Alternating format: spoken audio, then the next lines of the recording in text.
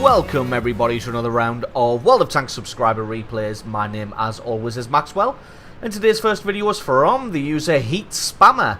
That's Heat Spammer, and he's driving the FV215b 183 on an encounter battle on Erlenberg. So everybody knows that this is the tier 10 tank destroyer for the British. It has that absolutely brilliant troll cannon there.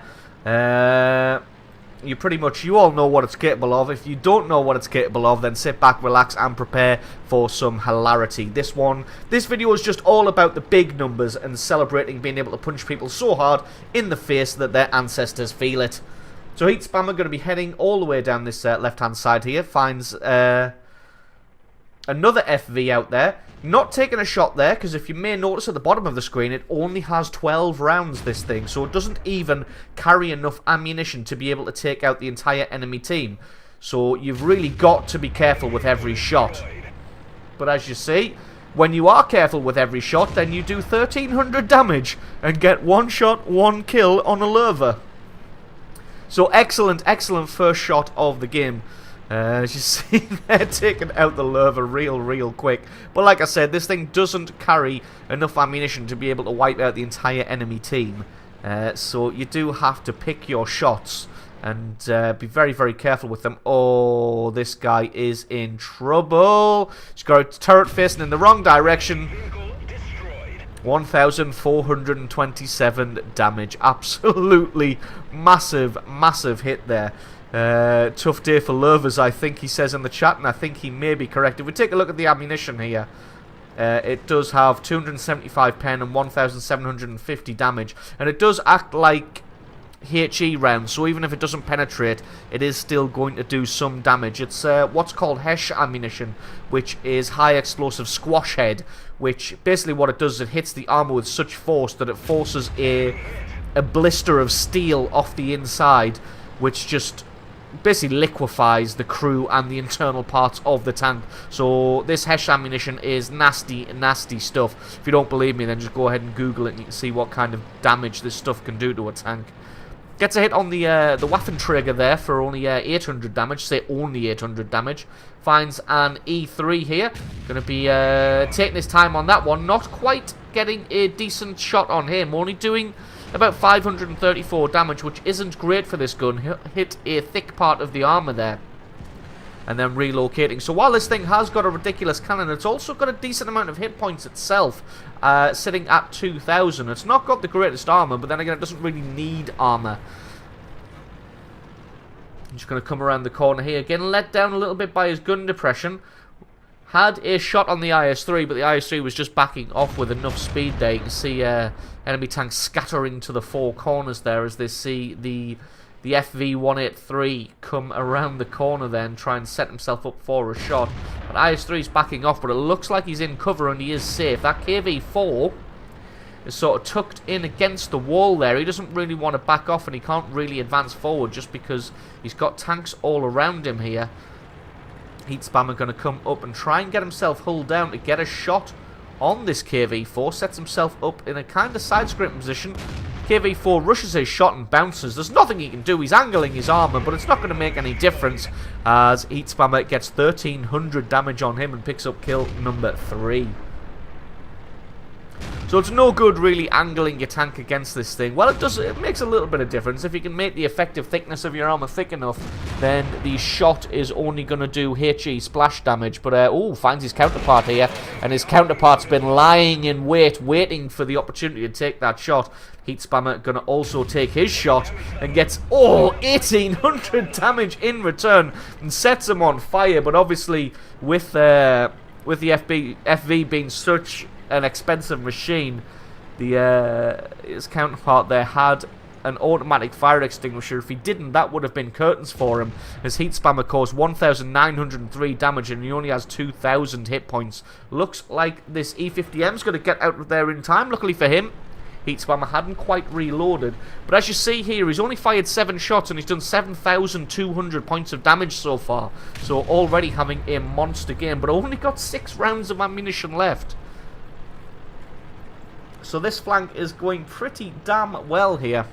Going to come around and flank around the side of this E50M. The other FV's been taken out now. Didn't quite see who managed to get the kill on that. E50M starts to flee after bouncing his shot on the FV and isn't able to get back in time. And he becomes victim number 4 for 1,297 damage.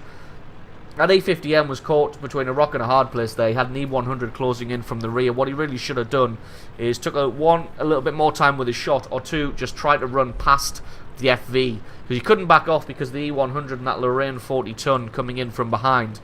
So his only real chance was to try and use his speed to sneak past the FV there. As you see, the gun on this thing isn't fantastically accurate. Trying to pick out a shot on the side of this mouse here.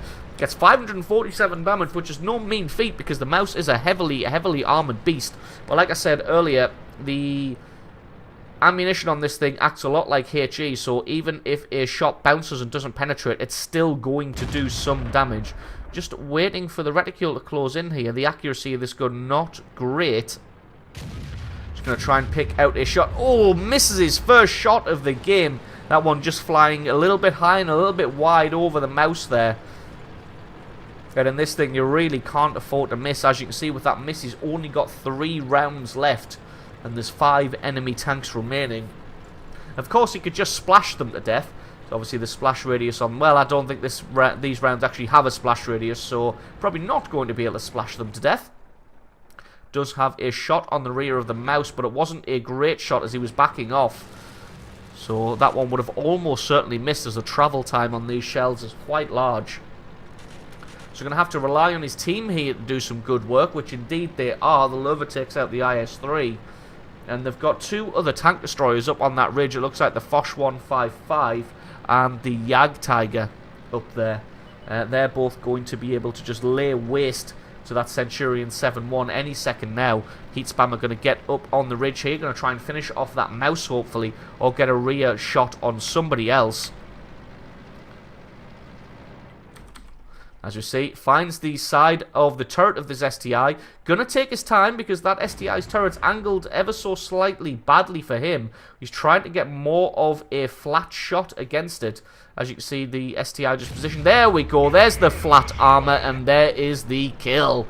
So as you see, really taking his time with the shot there, waiting for the STI's turret to be flat on rather than angled in his direction. And that just guaranteed the penetration there and guaranteed 1,531 points of damage and kill number 5. And that's GG and the victory for 10,500 points of damage. So absolutely awesome replay there from Heat Spammer. Thank you very much for sending that one in. Stick around because as always, the score screens and another awesome game are coming right up.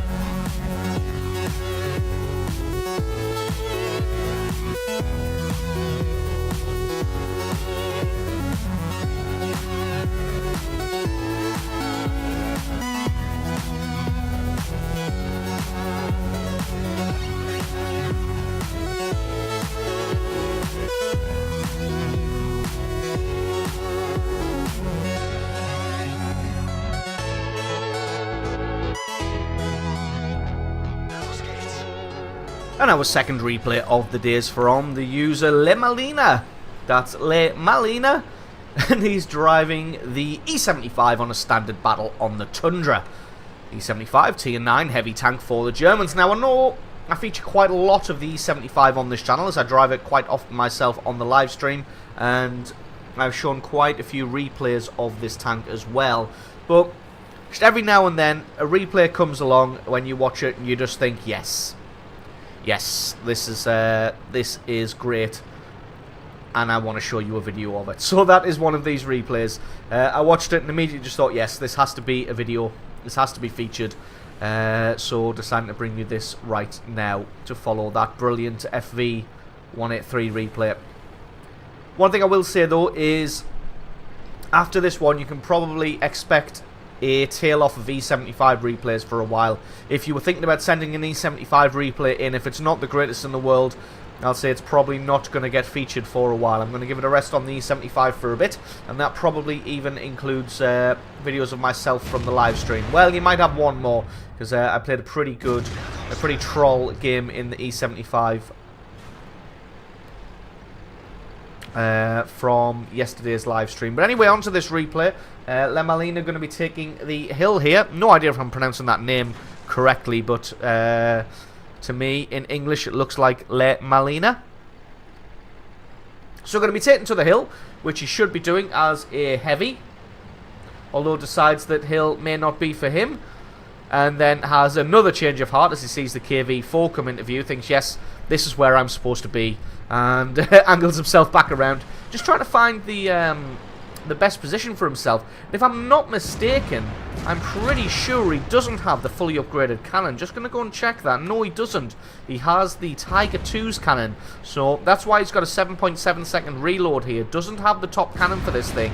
But the thing about the cannon is, it still has it still has a really good DPM because of the rate of fire. Still does half decent alpha damage and still has half decent penetration if you know your weak spots. See, they're just switching to HE ammunition to try and get a hit on that Rheinmetall, but Rheinmetall just fades out of view, so unfortunately not going to be able to use that HE ammunition just yet. So the DPM of this gun, when you know weak spots, is still pretty damn good. And it can really catch people off guard when they expect you to have sort of a 12 or 13 second reload on that cannon, and then you reload it in sort of half the time. You can generally catch people with the trousers down. So we're going to come around here and try and school this IS-8 as he comes up. As you see, the IS-8 got his armor angled totally incorrectly there. He's presenting the side of that front plate, and that's just a nice flat plate for Le Malina to just penetrate there. And although he doesn't have the fully upgraded cannon, it is still an E75, so his armor is still supreme. He's going to be taking on a KV4 here. Unfortunately, the KV4 is showing almost nothing but side armor there, and the side armor of that KV4 is pretty thick.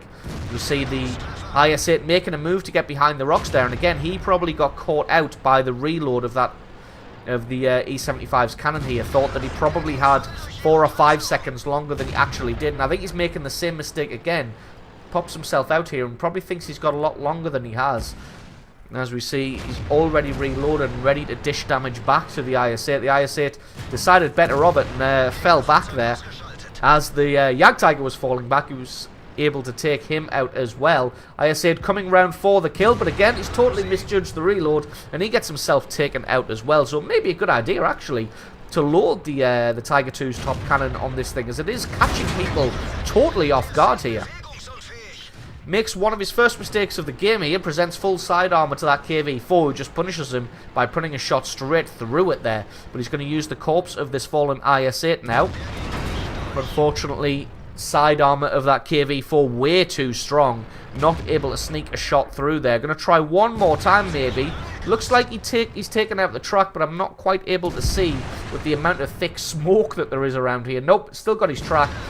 Now he decides to switch up to that machine gun port on the top of the turret and finally able to get a penetrating hit. Looks like the KV4 hasn't realised where he's been penetrated, so he is still out in the open.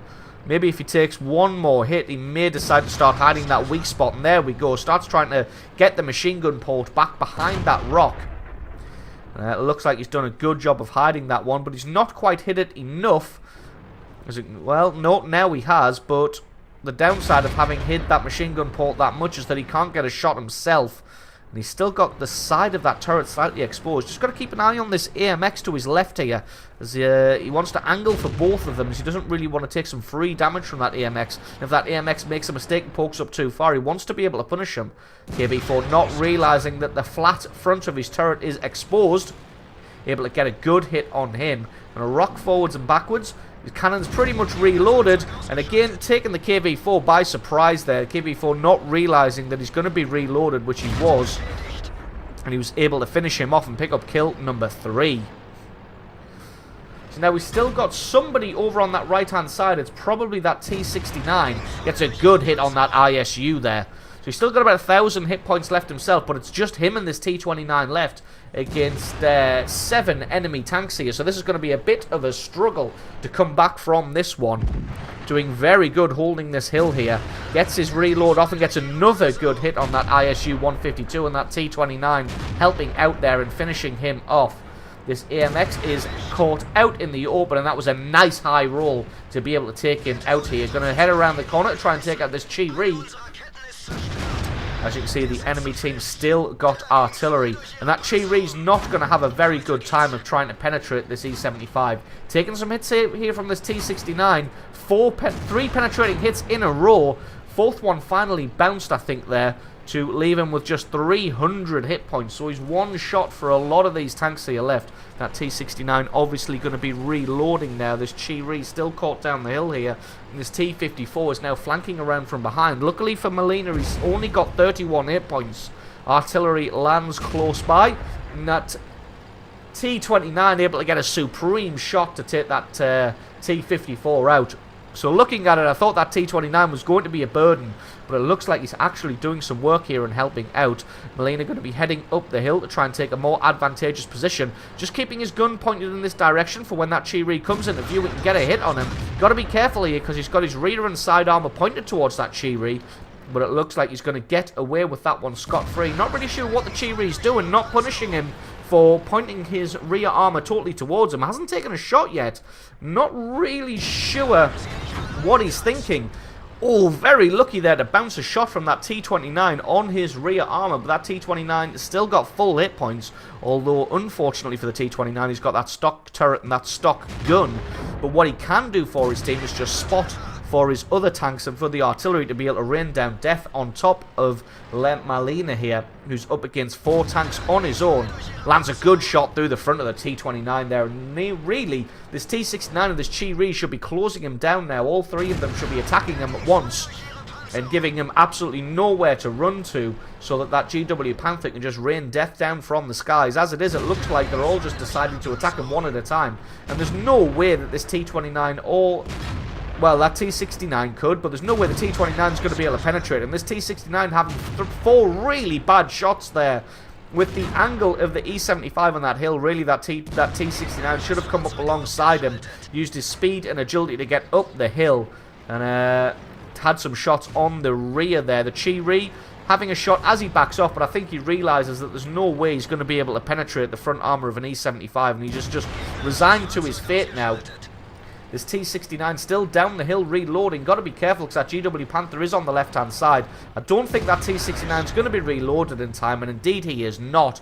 And that just leaves Molina against this GW Panther. I'm not sure if the Panther realizes he's been spotted. Should realize now that he's been spotted and should be starting to make a move for it, but he isn't. I think, again, he thinks that the E75's reload is a lot longer than it actually is, and he's able to pick up the kill on the GW Panther with just 1 AP round remaining. So absolutely awesome battle there from Molina in the end, picking up 7,500 points of damage, probably 8,000 because I think he got a couple of blind hits there, and 8 kills and standing alone against 4 enemy tanks there. So absolutely awesome replay from you. Thank you very much for sending that one in.